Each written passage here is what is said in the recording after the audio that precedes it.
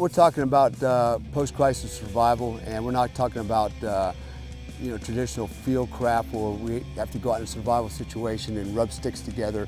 We live in a modern age, so if you can, bring a big lighter with you to the field. If you have a knife, bring a knife to the field. In fact, those are the two things I would bring with me for sure in any situation where I could potentially find myself in a survival scenario, is at least have a knife and a lighter with me. But I'm not saying those are not valuable skills, and I'm not discounting those.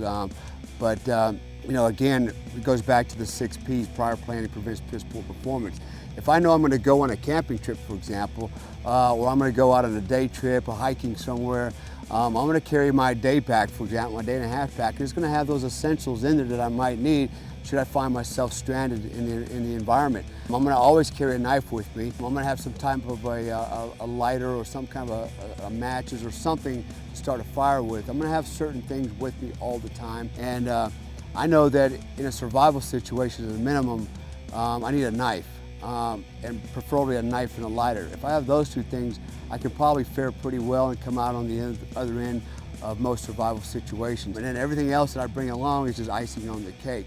So again, we're here to talk about, post-crisis survival. We're not talking about field craft type survival or some type of emergency survival where we're lost in the wilderness.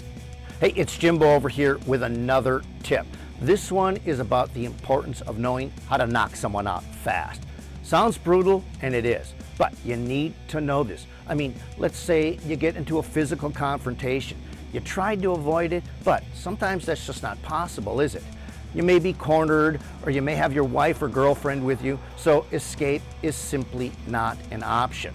In a situation like that, once you've recognized that you're going to have to fight, like really fight, do not hesitate. You've got to end it fast. Here's why I say that and why it's so important to you. A street fight is not a boxing match. There are no rules, no referees, no clean canvas. You can't depend on your opponent's sense of mercy or that others will jump in to break up the fight and save you.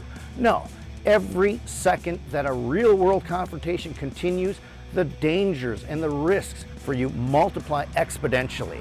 What starts off as a one-on-one encounter can quickly spiral out of control, and the results for you could mean a trip to the hospital if you're lucky, or worse, a trip to the morgue. My little company, Fight Fast, has been in the self-defense business for almost 40 years now. So we've done our homework. There are facts backed up here by a ton of research. One of those facts is that the first 5 seconds of a confrontation is what I call your window of opportunity. This is your best and often your only chance to end the fight on your terms before the situation deteriorates. Your mind is still clear and you can still act decisively. After that is the 5 to 15 second range. This is where complications arise. Your element of surprise is gone, the adrenaline dump screws up your fine motor skills, and your opponent's friends start to join the fray.